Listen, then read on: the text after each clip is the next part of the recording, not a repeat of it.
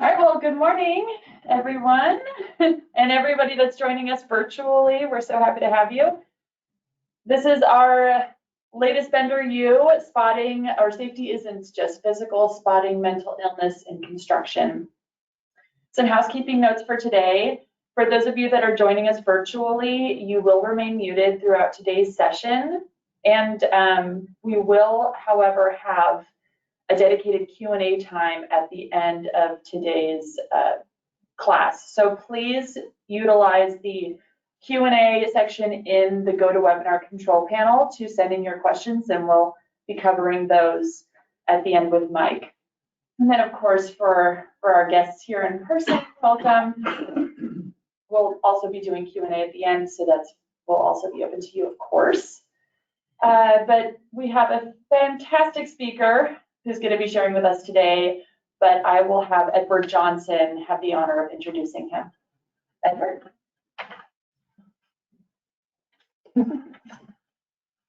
Thanks, Jillian. Edward Johnson, Vice President, Construction Risk here at Bender Insurance Solutions, and education is a huge part of our mission here, and so we're glad that those online are joining us today and here in person as well.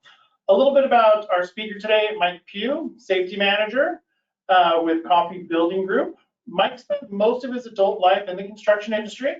While working and raising a family, he experienced challenging times. Trying to cope, he leaned heavily into alcohol and the party lifestyle.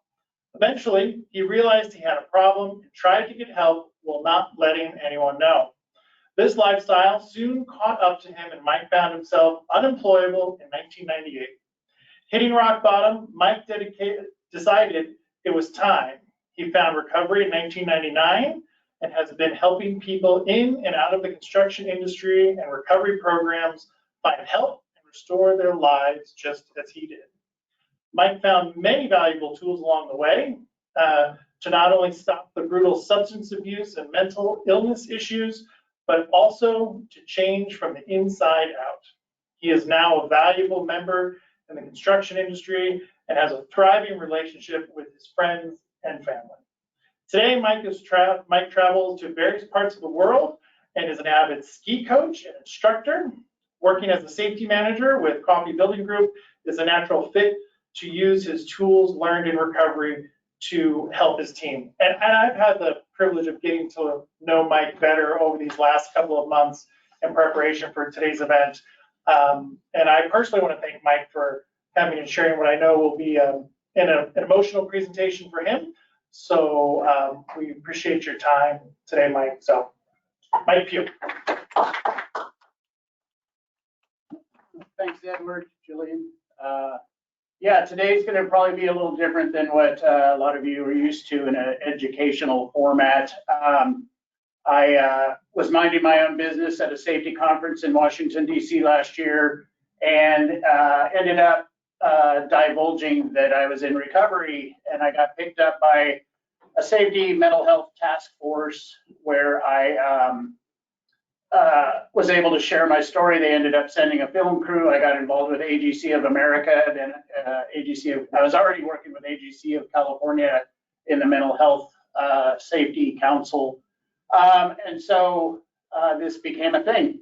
I'm used to speaking in recovery arenas, but not so much in construction. So it's always interesting, some of the receptions I get where some people don't want to hear what I have to say because it's tough. It's not an easy topic. And like me, I didn't want to hear it back then either. So anyway, is this working now? It bounced back. Don't worry. There we go. And that was Edward. Thanks again, Edward, for having me. Like I said, my name is Mike Pugh. I'm a CHST safety manager, recovery advocate. So I've been sober a long time and living a lifestyle based around that and the gifts from that after destroying my life, which we'll get into that in a bit. But I've a 35-year HVAC commercial construction career. I've been an executive director of a nonprofit, working with kids safety manager. I'm a ski coach and instructor. Been doing that for about 10 years, and with about 24 years in recovery. And if I were to invert those, none of the other things happen if I don't have the 24 years in recovery. So I feel totally blessed to be here, to be who I am today. That was not always the case. And I'm not a professional speaker. I'm a construction guy. I have jeans on. I'm going to put on another shirt and go to a job site after this. So the office slash entertainment world is not my normal forte, so to speak. But I like to start on the positive. So what is mental health, right? So mental health includes our emotional, psychological, and social well-being. It affects how we think, feel, and act. It also determines how we handle stress, relate to others, and make healthy choices. Now, I'm not a big data guy. I'm more of a touchy-feely, in the trenches kind of guy. And so I have some stuff I'm going to share with you, but then we're going to get down into like what happened with me. And this is like the goal, right? If I can achieve these things, then I might have a chance of living a healthy, balanced life. Well, that doesn't always happen. So one of the things I like to talk about that I learned in recovery very early on is the gray area. I spent most of my life fighting and being black and white. I work on swearing, I almost did. But so I was the biggest piece of crap, and I'm the best employer on the job at the same time, right? So it's black and white. I suck, you suck. You know, it's like everything was black and white. I have zero money. My life's over, or you know, I'm doing really, you know. So there's in between that black and white thinking, which I held on to and almost killed me, is the gray area. It's like, okay, so it's not as bad as I think, or I am a little better than I think, and I'm a little worse than I think. So it's all that gray area, and we're going to touch on the gray area all throughout the presentation. So when I'm talking about different mental health aspects, I want you guys to like think where that applies in the gray area of your life, right? And so what causes mental illness, right? And so I'm not an expert. I'm just a dude that has experience with this stuff. So it's not like I'm going to give you an education. I'm just going to share some things and then we're going to get into it. But mental illness can be caused in construction, right? So physical exhaustion due to hard labor, long hours, physical injuries, chronic pain, childhood trauma, illness, chemical imbalances. Some people have a different disposition to mental health and different things, financial, family issues, drug and alcohol abuse. And why is mental health such a serious issue in construction is, you know, the risk of workplace accidents and injuries. They impact worker health and safety of not only that person, but of those around you, right? So it's never just, I'm not hurting anyone. Well, you may, you know, and so workers also feel that their mental well-being takes a hit. We travel a lot. We do a lot of hours. We get up at 3 a.m., we get home at 6, and we go to bed at 7. You know, it's some of those days are brutal. And, you know, it's just, they want to just be home with their family. And so that balance of making money, taking care of your family and all of that can weigh on people. What are some of the things that people have signs around for like mental health, right? So I've listed a few of them on here. And some of these can happen from childhood. Some of them are developed later on. Stress is a big one. A lot of people have anxieties and financial relationship issues, PTSD. So in construction, you have a lot of former military cops, different people that have things that we don't know about. And then they're on the job site. And then things happen and we can't understand why. So there's a lot of, this is that gray area. You can add your own list and make up another 100, right? So it's, I just threw a few out. And then how do we hide or deal with these things, right? So alcohol and drugs, and drinking and drugs and those things are so prevalent in our society that they're normal. And so to not do those things, depending on your group of associates, can seem abnormal, like why aren't you drinking, and things like that. So work, anybody know any workaholics? Food, shopping, sports, gambling, TV, internet. I mean, the list is ad infinitum, right? Just tremendous. So why am I here? I decided to do this at that convention last year because of these statistics that I found after COVID in construction, and these are old numbers. So these numbers are 2021, I believe, and they've got to doubled, I imagine. Last year, so 2022, 1,000 fatal 4 deaths on average is our normal construction for the dawn of time. It just seems like there's average, 1,000 people, right? But what's going on is we've had 5,000 suicides of construction workers in a year. 14,000 overdose deaths, 150,000 ER overdose visits of construction workers. So people are hurting, and things aren't well, and it's tough. And a lot of those other issues in the prior slides, were the causes of those, right? So challenges, right? So we have a lot of veterans, military, police, and fire. And in that, construction is often a fallback career. I wanted to be a forest ranger.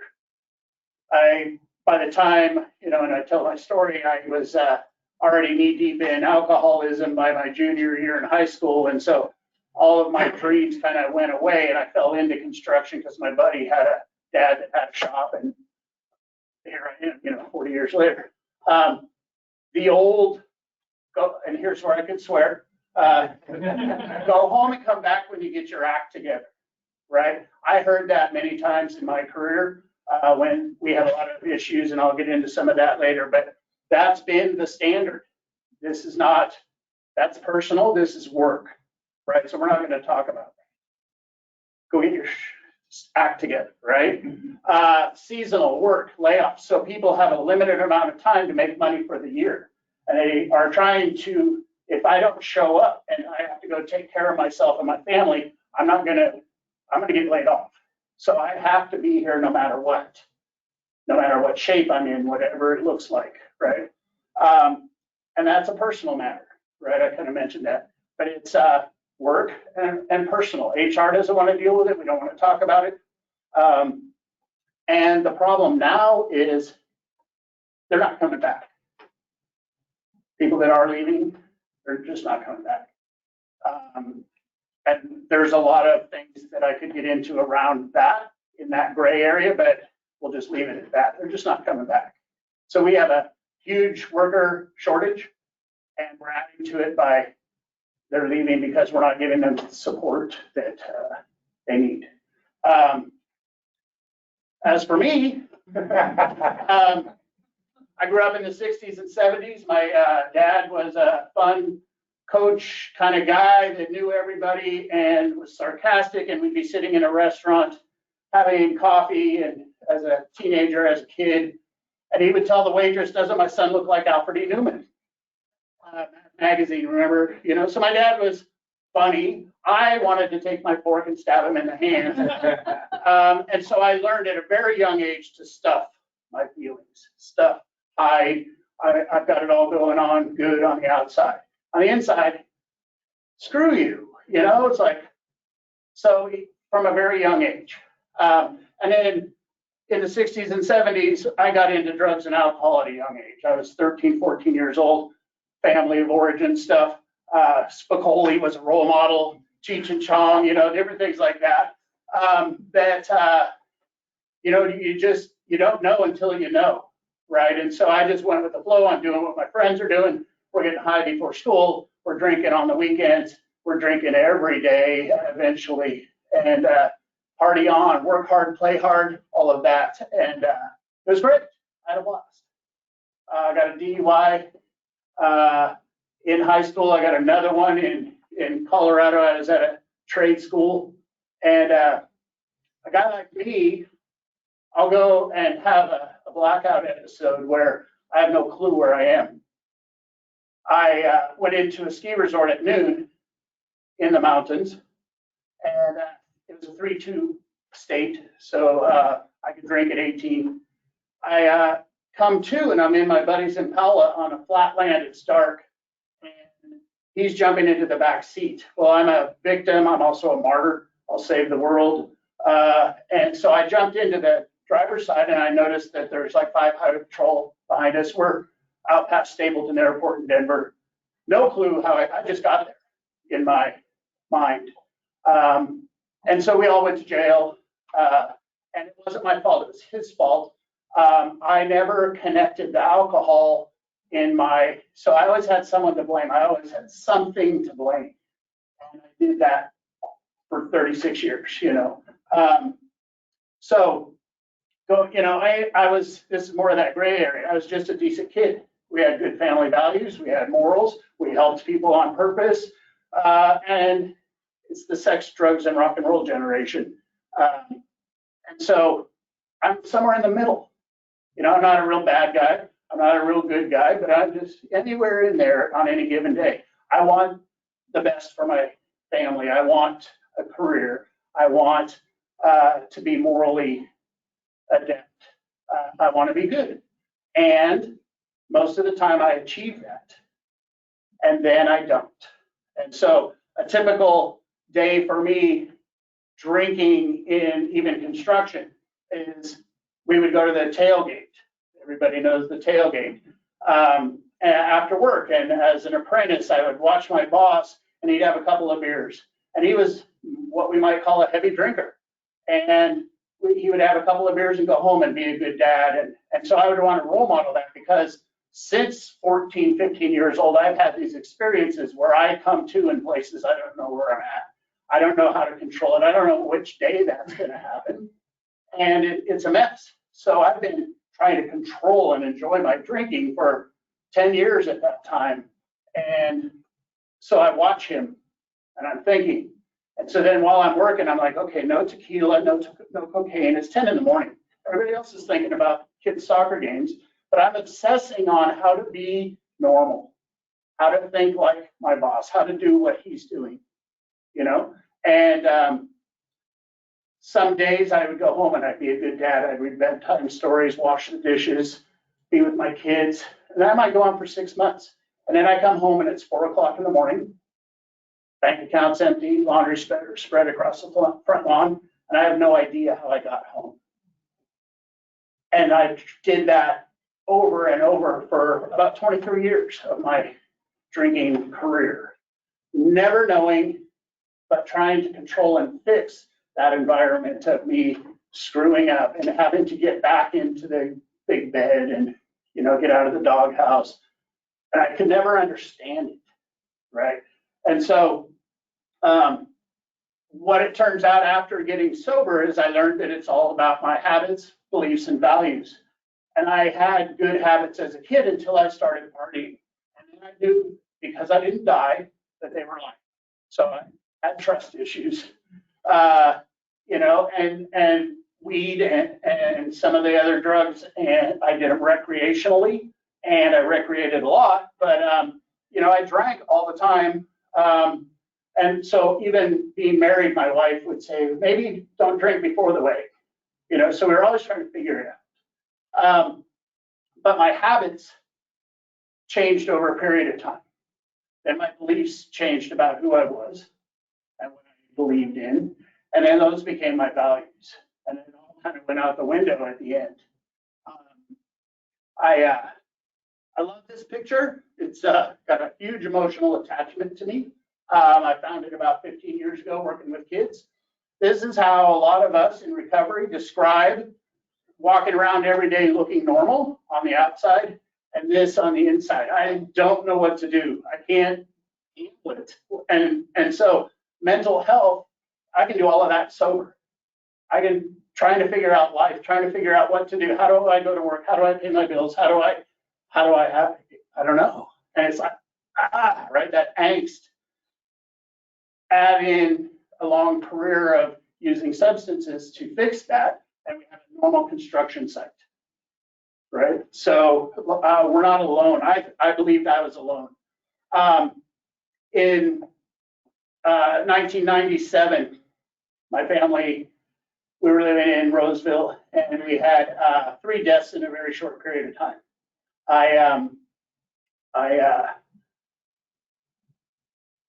So my father-in-law was killed by an anesthesiologist, and so we had a trial series for that. That was in February. My sister-in-law was murdered by her boyfriend on a boat twice, run over twice, and I saw forensic photos and evidence and stuff of that I was the only one in the family that did. And my dad died in September. So a lot of us are one step away from being unmanageable and out of control. That set me out. Over a period of the next year and a half, I stopped going to work. At one point, my wife was assaulted by a 6th grader volunteering at the school. So we just lived in this chaotic mess. And we couldn't figure it out. We didn't know what to do. And I'm working at a major HVAC company, and nobody's saying anything. And they're allowing me to go to these trials, and we're trying to, I ended up getting drug out of court because I raged at a judge because I didn't feel the punishment for someone was enough. And, it's just, I was angry. I was tired. And so I slowly became unemployable. I just stopped going to work. Nobody called. They knew what was going on.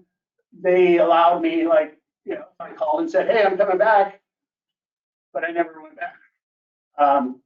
Cool story about that is 24 years later, I just did this talk at that company in Sacramento here that was so rewarding to go back and clean that up. So we had that going on. We ended up getting evicted. We ended up being homeless. And when I say homeless, I'm not like what we see as homeless today, but living with friends, living in, not knowing tonight where we're going to be, trying to figure all of that out, trying to not let anyone know, and just going insane. My wife's doing the same thing. We treated our problems chemically, in all forms. And one moment we were in a hallway, and we just came to each other, and I snapped. I didn't do anything to her physically, but I left. And I couldn't get the courage or the idea on how to go back. I abandoned my family. My sponsor or person that I dealt with in early recovery, I used to say I left, and he would say, no, you abandoned your family. That's in California, that's the law. And so they ended up going back to the Bay Area. I ended up in a drug house, and my life's over. I'm done. I want nothing to do with anyone. I'm a runner. I'm hiding, and I'm using anything I can do to quiet this thing down, because all this wants to do is try to find a solution to a problem that can't be solved by me. And so I'm struggling, and I'm in this place, and I remember crying out, God help me. I'd rather believe in aliens. I don't even believe in God or a spiritual relationship or any of that. I'm not there. But that happened, and I got a thought the next day to call the grievance counselor that was appointed to us through the court system. And I called her, and I said, I'm done. I don't know what to do. And she says, well, come back. Well, my wife and kids were still in this place where we were before. They hadn't gone to the Bay. And so they're like, I'm like, told my wife what she needed to do, and she told me what I needed to do. And they ended up, there was a moving van. My kids wouldn't come out to see me, and I died inside one more time. Like, I love the F word. It's really appropriate in a lot of places. And it was then as well. It's like, what do I do? I had no idea. There was nothing left. And about 15 days later, my brother, who had been the black sheep, I actually had shit going on, the house and the cars and the family, but he got sober at 26 years old, and through a series of events and some friends, he showed up at this house I was at, and he looks at me. He had 8 years of recovery at the time, and he goes, how's your life? And I'm like, I don't have a life. And I didn't say that, but that's what I felt. And he said, I'm not here as your brother. I'm here as a member of recovery. If you want to go to my house in Nevada and get back on your feet, fine. Or you can go back in there. It looks really nice. And I knew that he was not the same guy. He never once told me I ought to, I should, I could, I need to, or anything, but he led by example. And that's kind of the recovery path, is it's kind of by example. Nobody tells us what to do. We just follow people that have that. And so I did that. I went there and I ended up at a phone booth at the Donner Pass rest stop, and I called my mom who lived in Truckee, and I couldn't speak. I was done. And she said, come home. So I went to the house. It was midnight, and we hugged, cried, and I went to bed. And she woke me up at 6 a.m. She'd been to this program called Al-Anon, which is like for alcoholics of the family. And so she learned a few tricks, like get me the hell out of there and on to my brothers. And she had toast and coffee, and I went in my truck that had stolen plates and registration and no insurance and my dog and a few things. And I ended up at my brother's on June 12th of 1999. Crap, right? I mean, it's like, what do I do? And so I had a truck with, and I had all of these things that I hadn't done. It's not like I was like a bad guy purposely not paying for insurance or registration or things like that. I didn't give a shit. I had all this other stuff way more important. My wife's in so much pain from the loss of her dad and her sister, and she doesn't know what she's doing or what to do either. And I wasn't there for her. So I have to go and take care of myself. And finally, and I don't know this at the time, but I go there and I go to this meeting, and it's this lady talking about stabbing ex-husbands and ripping cupboard doors off. And I don't relate to anything she's saying. And then she starts talking about getting integrity in her word, getting her kids back, doing the things that she says she's going to do when she says she's going to do them. Novel concepts to me at that time. And I broke down and started crying. And she came up to me after the meeting and put my head on her shoulder. I'm still afraid of her. And she said, and she pulled me down onto her shoulder, and she said, it's going to be okay, hon. And the emotion I feel is like gratitude for escaping what I've done and where I've been. I am so blessed. But at that moment, when she said, it's going to be okay, to this moment today, it's been okay. I got involved in recovery. I try not to say those names. They're anonymous programs. You know what I'm talking about. If not, ask a question. But I got involved. I started rebuilding my life. At 1 year, I owed about $40,000 in back taxes and child support, because right when I left, she filed for divorce. It went all the way back to the beginning. And I went to my sponsor guy, and I'm like, what do I do? And he goes, have you called them? I'm like, what? It's like, have you called anybody to like let them know what you're doing? Like your bill people that you owe money to, the child support people, have you talked to them? And I'm like, no, I'm running from that. And he's like, well, let's make a list and start making some calls. So I set up a payment program with all of them, and I started paying them off. And it took like 12 years to pay all that off. And I ended up coming back to Auburn area here in California at a year sober and getting back into the union, doing all the things that I had learned in recovery here, and getting new friends and new people in recovery, and being accountable and responsible. My daughter for 10 years would not say I love you. It's the most painful thing for a dad. I'd drop him off, and my son would give me a hug and say I love you, and my daughter would turn around and walk away. And my sponsor, my friend, would say, did you? I'm like, well, yeah, I said it, and he goes, well, okay, what are you doing tomorrow? What's next? Right? So I'm only accountable for my side of the street, so to speak. I am not responsible for what everybody else is doing. And then, these people were able to give me a path forward to a solution I could not discover on my own. So I had to trust in them that they were following a path, and by their examples, it showed. And my brother, I was living at his house for that year, and he's a stand-up guy. We're all good people. We just get lost. We're stuck. We don't know what to do. So I followed him, this guy. And it paid off well. Got a little job back. I went to another company, kind of a split between my old company and a new one, and I went to that new one, and my old boss was there, and we were talking about, well, basically he's like, get in the car. So I get in the car and we go to lunch and have a conversation. He goes, so what happened? And I'm like, what do you mean what happened? And he goes, you watched the whole thing. You watched me crash and burn. He goes, I know, we didn't know what to say, you know? And he goes, well, I tried helping. And I'm like, in what way? And he says, well, I put those employment things, employee assistant, EAPs, assistant program. Yeah, I got a lot of acronyms in my job. We put those in your paycheck.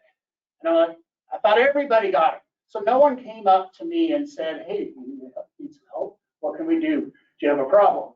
You know, any myriad of questions back then before I hit bottom might have helped, but we'll never know, right? And so I'm good with that. But we had that conversation, and that was the style back then is knock yourself out, go do what you got to do. We got somebody else will replace you right now, right? So it's up to me to go and get my job back and build my life. I had a lot of help. I had a lot of friends. I had a lot of people in recovery that cared more about me staying sober and becoming who I could be rather than my feelings. Because I'm a feeling guy. I'm a sensitive guy ever since I was a little one. And we were at a restaurant. I probably had 6 months sober. And I'm looking at the ductwork in this nice Italian restaurant, and there's 12 people at the table with my brother and his friends. And I'm like looking at it, and I'm wait till it's quiet. I'm like, you know, the guy that put that in sure did a crappy job. And my brother waited for me to stop talking. He goes, you know the difference between you and the guy that put that in? That guy's probably still got a job, you know? And so laughing at the insanity, I can be in the gutter and still think I'm better than you, or you know, think that I got it all going on. So a little laughter, learning how to freaking get over myself, learning how to be okay in that gray area. Because like I said, I've been in that black and white thing, and that'll kill you, you know? And so that gray area, so I'm not the worst drunk in the world, and I'm not the worst employee in the world. I'm not the worst dad in the world. I'm somewhere in the middle, and I can live with that, and I can do better tomorrow. So the last 24 years have been an incredible ride. You know, I had to start out with gratitude.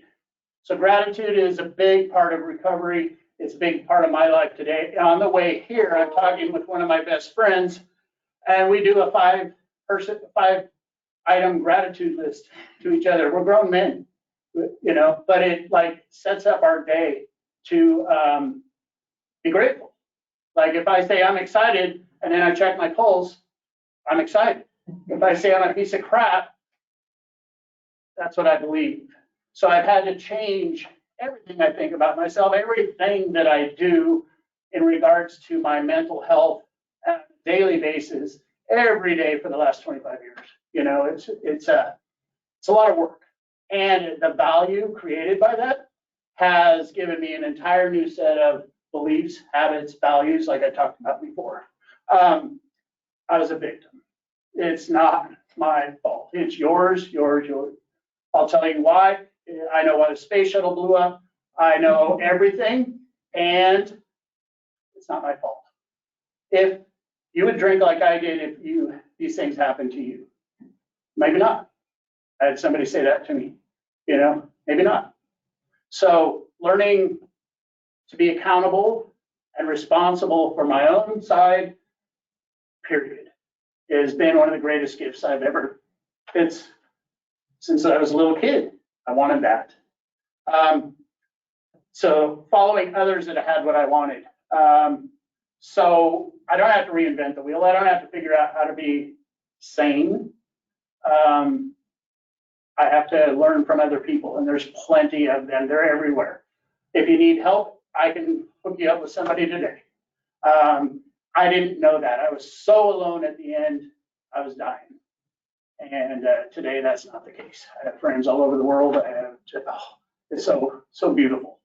Do what I say. And the other side of that is not doing what I say I'm not going to do. So I teach a lot of kids. I mentor kids. I do. That was what my nonprofit was about: outdoor adventure sports, personal life skills. And I would tell the story about the pink box. And if you're on a construction site, you know the pink box of donuts. And my mind works wonderfully when I have the right skills and tools and beliefs and values in front of me. That pink box. So I will see it a quarter mile away on a job site, and I'm like, nope, I'm eating well today, and I walk away, and everything's good. 45 minutes later, I've got a happy maple bar in my mouth. I'm like, you know what I mean? Right? So there's that gray area. I multiply that times any number of things that us humans look at and face on a daily basis, trying to be these things. And it's a challenge. A lot of people are not very good at these things. I'm still learning. I'm still working on it. I still have my stuff, but I'm in the middle, and I'm happy there. And it's, you know, it's a good thing. I'll have a donut once in a while now. Probably too many, but I don't care about the pink box anymore. If I decide to have a donut, I'm going to have a donut, and I'll walk more, whatever.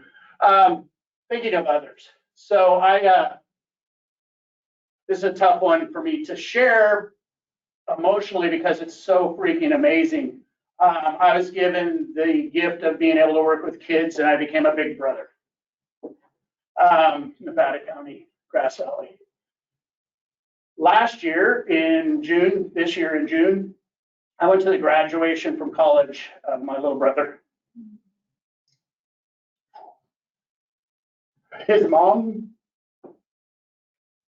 the whole family was like crying on me because they said without me that wouldn't happen.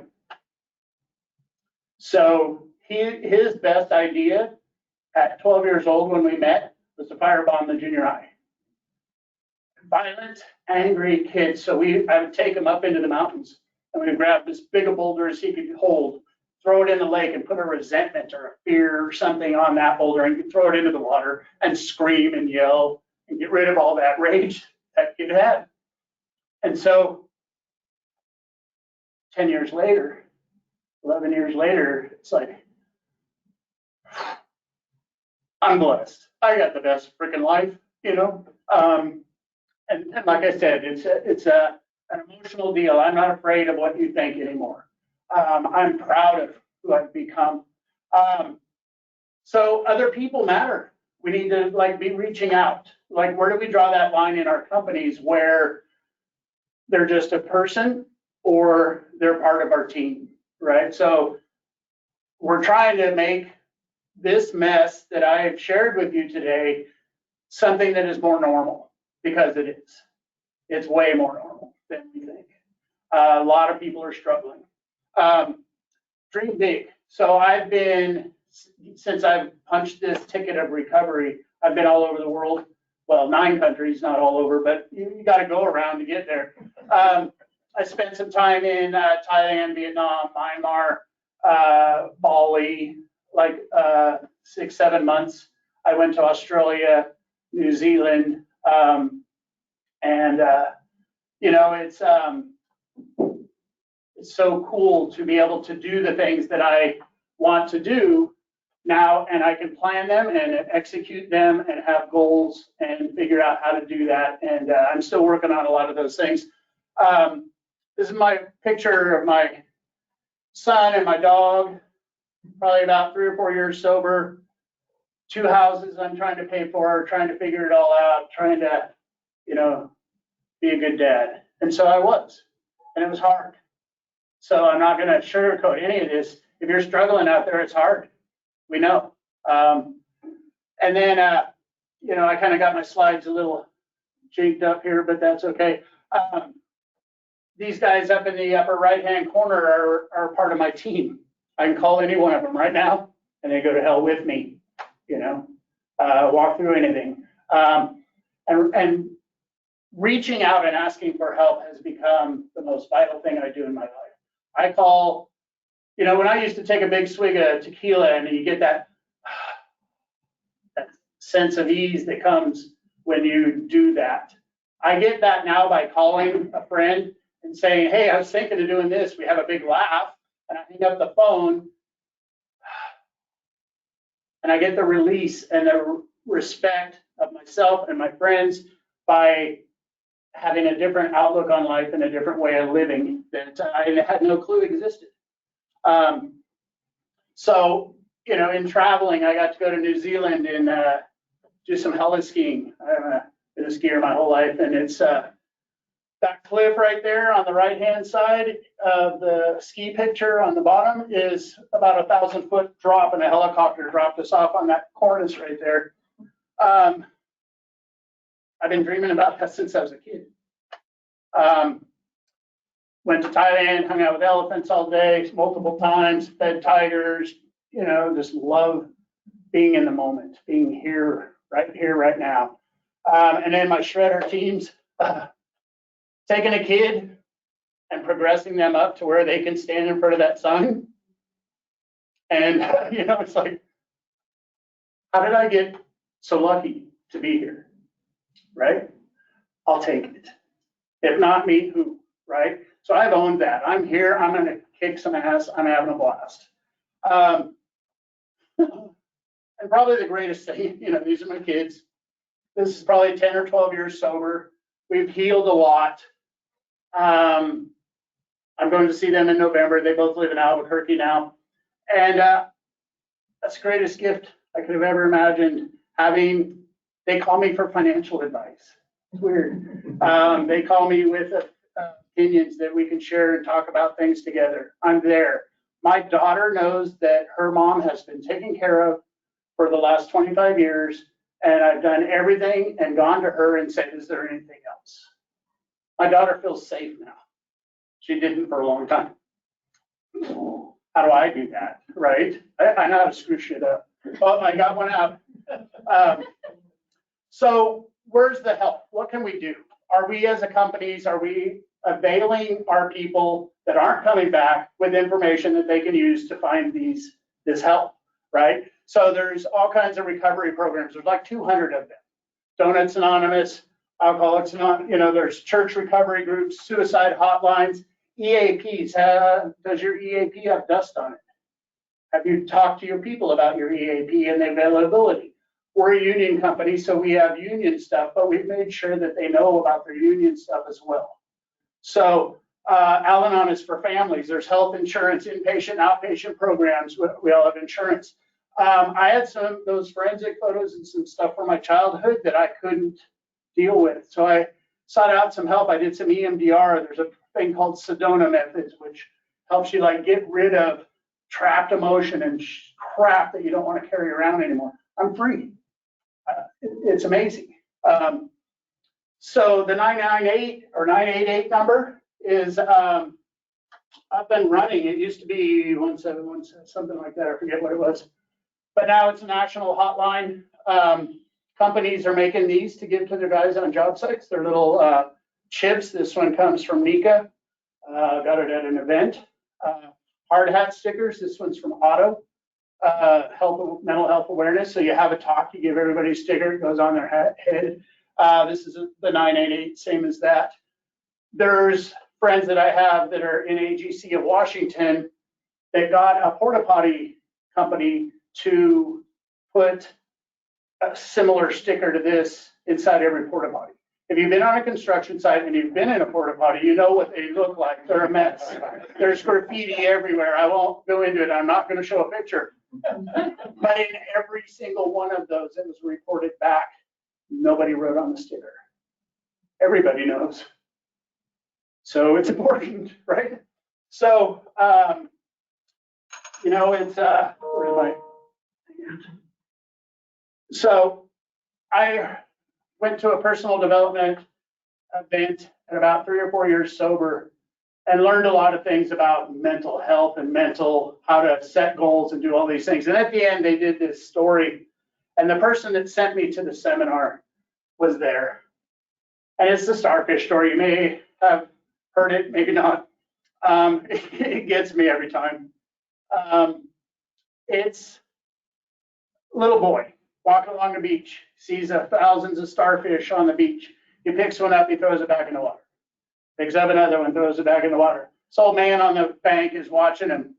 After a bit of time, the old man goes down, hey boy, you're not gonna save all these starfish. And the little boy picks one up and looks at him and says, no, but I'm gonna save this one. And that's my job and our job, so thank you.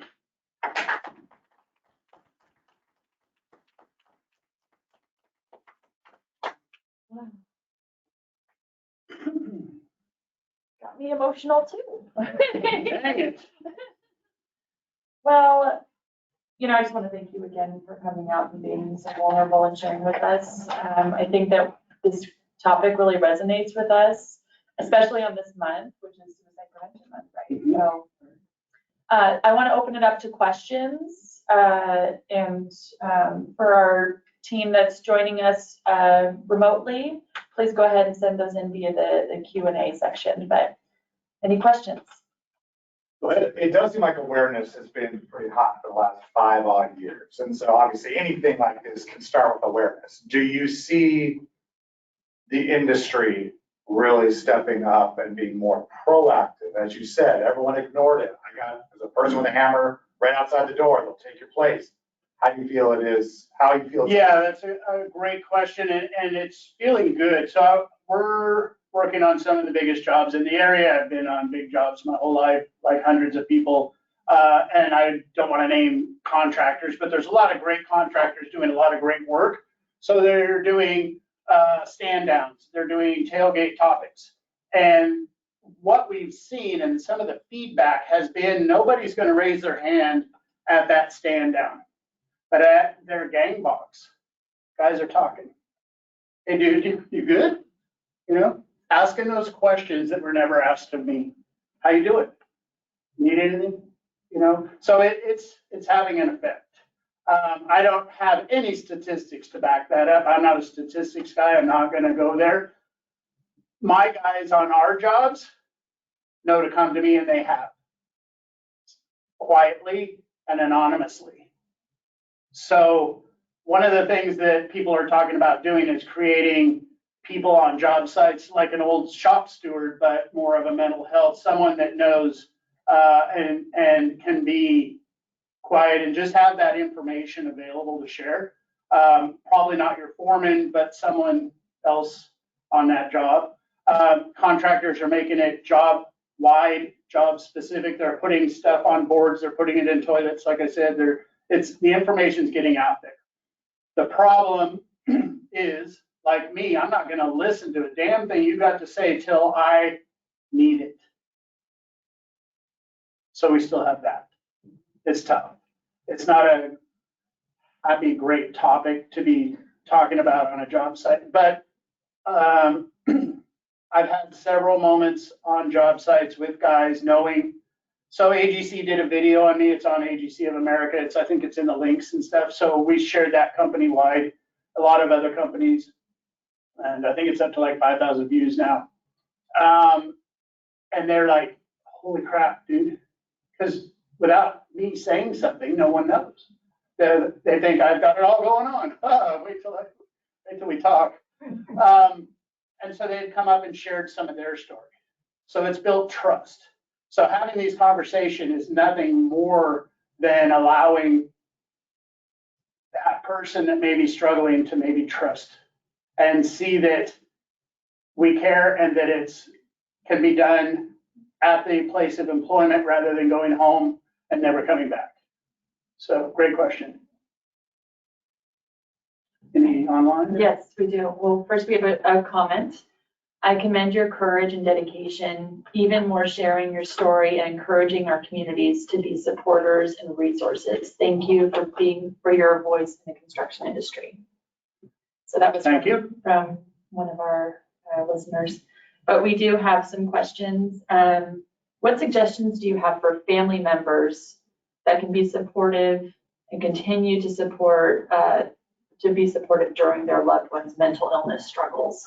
Great question. There's tons of family-oriented groups. So when you say mental health, a lot of those groups are divided up into whether it's alcohol or substance abuse or gambling or, so mental health is such a term that I wish we could almost get rid of because it's too broad. It's, so when I work with someone or someone comes to me, I want to know what their mental health stuff is so that I can better direct. And it's not even my job to direct it. I do it because I care and it's what I do. It is what it is. There are hundreds of programs for the families of 250 recovery programs that exist today. Churches, your insurance covers psychiatric, psychologists, I forget which one it is, where you can go get, family counseling. And they have a plethora of information, churches,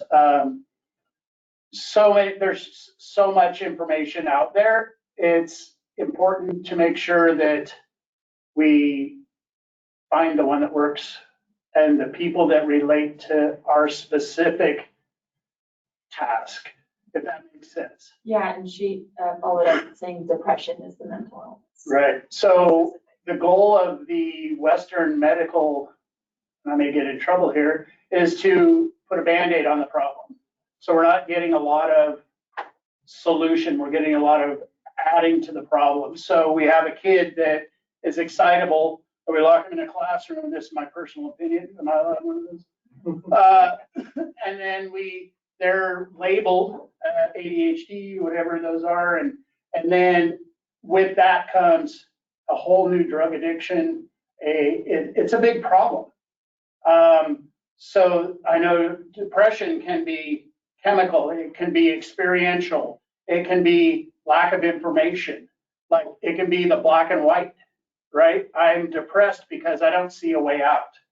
But if I can go to a counselor that understands that, or a person or a friend, and talk about, well, maybe, have you tried this? No. And then magically they're not depressed anymore because they found a way out.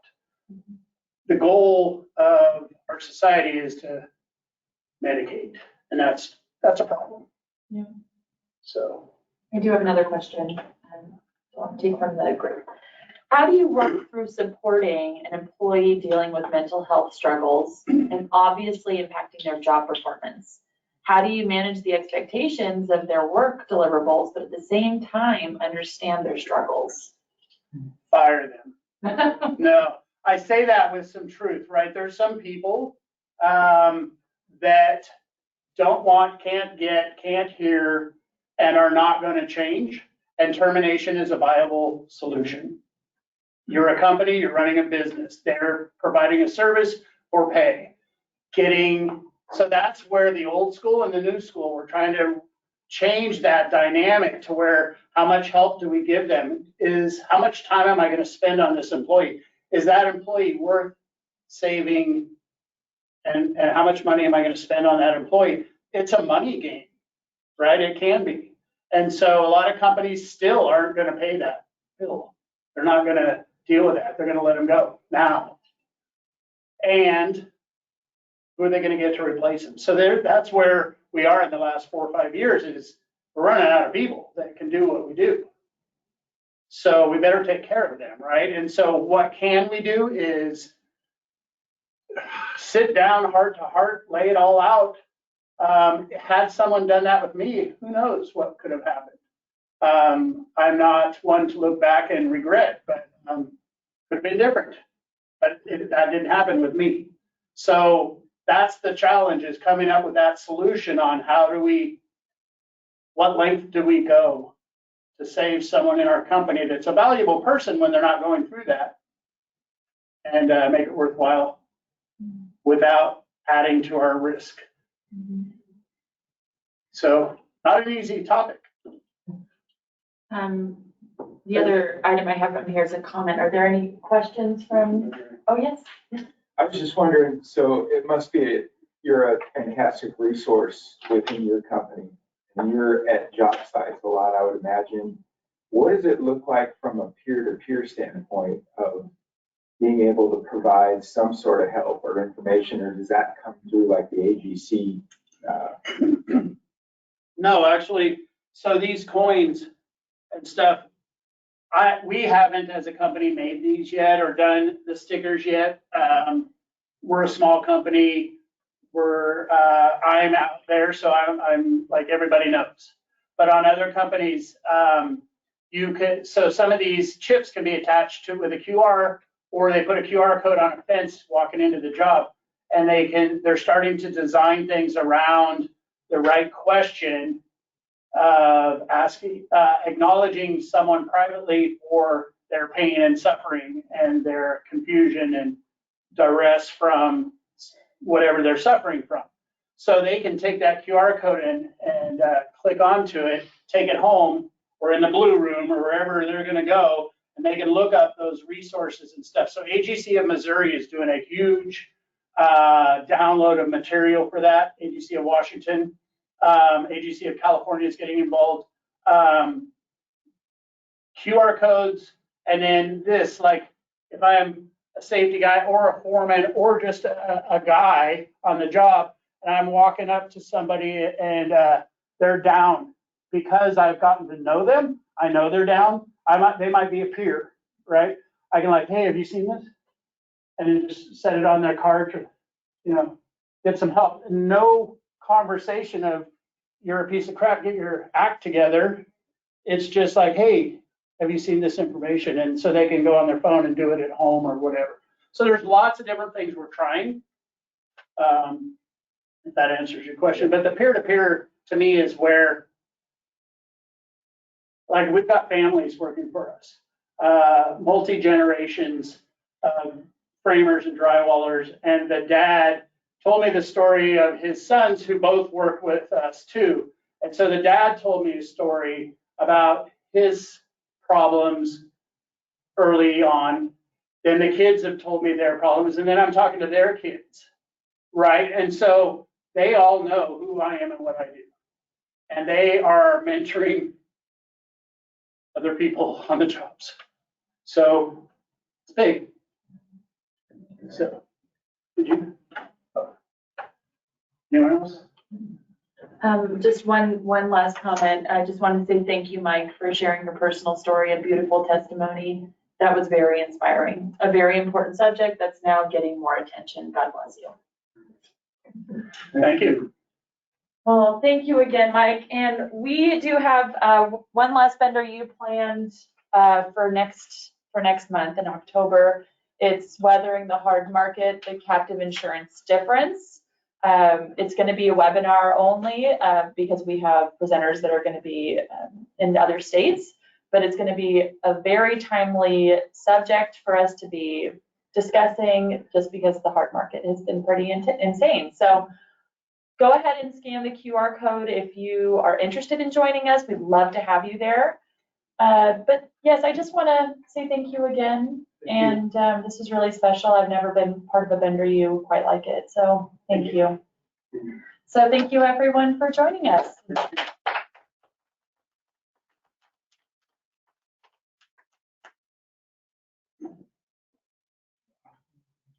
All right. Thanks for being here. Thanks, man. Appreciate it. That's